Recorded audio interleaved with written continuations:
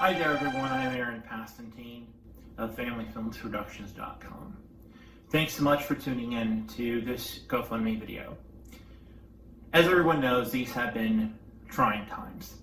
With COVID-19 and everything going on with coronavirus, it has been difficult for so many people.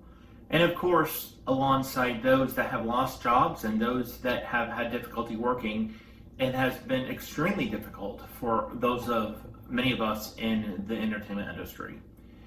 I myself, being an independent filmmaker with Family Film Productions, it's a small company. We definitely always admit that.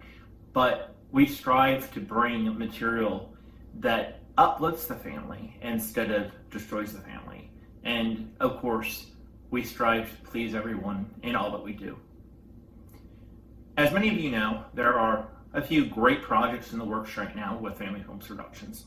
One being our upcoming documentary, The Legacy of the Parent Trap. To those that have been following the film, Hayley Mills has been already filmed on camera, as everyone has been able to see from our current trailer, as well as a host of others from the original 1961 Parent Trap. So that brings us to why we're here today. At this point in time, I personally decided to invest a set amount to take care of some additional expenses to finish the rest of our few remaining interviews. We're really excited to bring these upcoming interviews to finish up our documentary, so The Legacy of the Parent Trap will 100% definitely be available by the upcoming holidays later this year. Just in time for Christmas, and maybe if we're even lucky, it'll be available by Thanksgiving. To ensure that we go ahead and finish our interviews, we have a few more that we'd like to do. One in particular with the actress Patricia Richardson. Many of you may remember Patricia as being a part of the Home Improvement series with Jill Allen for many, many years.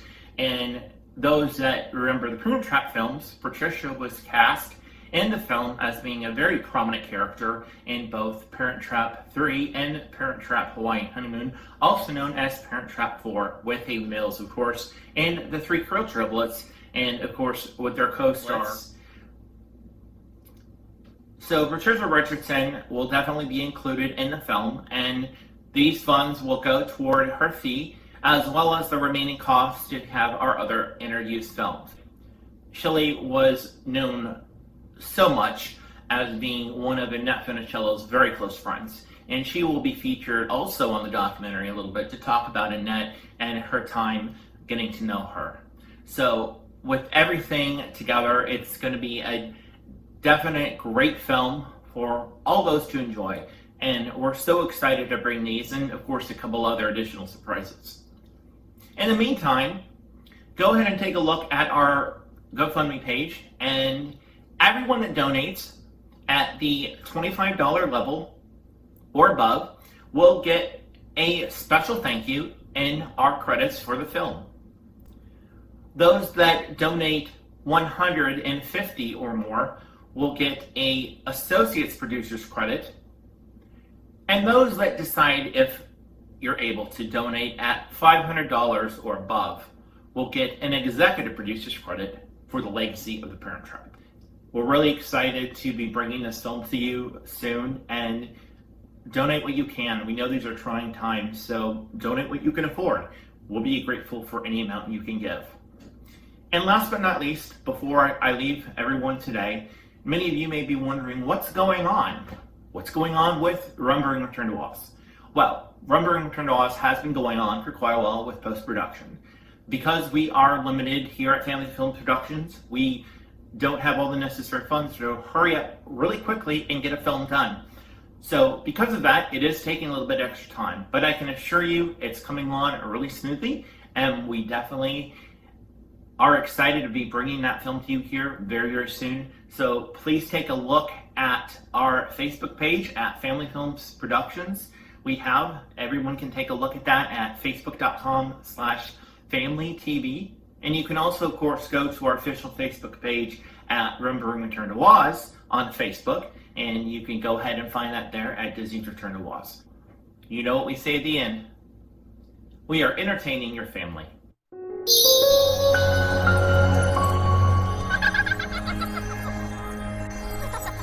And now, A special look at the legacy of the Parent Trap and the story of one of Walt Disney's most popular live-action films. This is the first time a full-length feature documentary on the Parent Trap is produced that will focus on both the 1986 Disney Channel sequel and 1989 Parent Trap installments. Switching places and seeing double. Yes, it's the same thing. Switching places and seeing double. Yes, it's a thing. Seeing the years go by. After 1, there's 2, 3, and 4. Now we're getting together again. It's been so long since we've been together. It's the Parent Trap, and we're getting together again. It's the Parent Trap, and we're getting together again.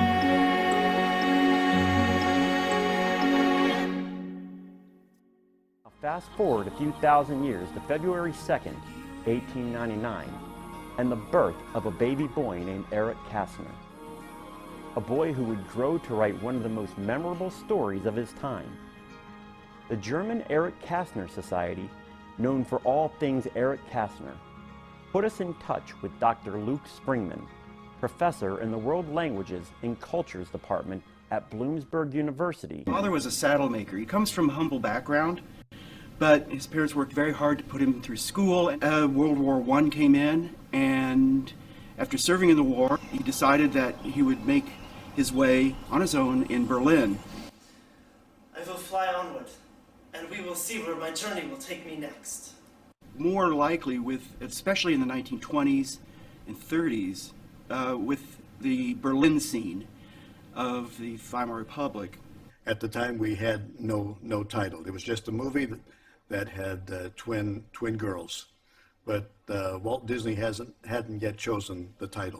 I am a country girl at heart, and when we filmed on the Golden Oaks Ranch, it was just heaven to go out into the hills. And just over the hill were a lot of little, oil rigs going ding, ding, ding, ding. I don't know if they were his. Anyway, somebody had a nice little oil field going there. People have called it a facade. A facade to me is more like just a front. It actually was quite a beginning of a house. I mean, you could walk through it. I went riding. They allowed me to, because I had ridden ever since I was a little girl. I lived on a farm in England. There were no real plans per se that you could use to go build your own house. They'd have a floor plan for the sets that they used, say the kitchen or one of the girls' bedrooms, but not anything you could build a whole house out of. Living room where a lot of activities, Leo G. Carroll being so cute and drinking, and it did have the entry and it had the kitchen. I remember verbena. That was really fun. And the stairs didn't really go to anywhere. But there was a grand part of the house that was more than a facade. When I got out to the ranch in '76, nothing, of course, was left by then of anything from Parent Trap. But you could recognize some of the hills in the background and start figuring out where the magic had been done. It was wonderful. I mean, he used that wrong. It turned out that she got me this, which is a real 4-leaf clover that was dipped in gold to make a necklace. So that was our departure gifts, like match each other. So I have no idea if she still has hers, but I still have mine. Old 4-leaf clover on a chain. Because it's very unusual to find a 4-leaf clover. You can search for hours, days, weeks, and she just literally bent right down and picked one up. You sent her a wedding invitation. How did she respond to that? Our wedding invitations included a little postcard that was blank on one side, so that we asked people to, you can, especially if you can't attend, can you write a little something? And she couldn't make it, but she wrote this really beautiful note talking about like the magic lessons that she had learned from watching the best parts of her parents' marriage. I thought that was very auspicious.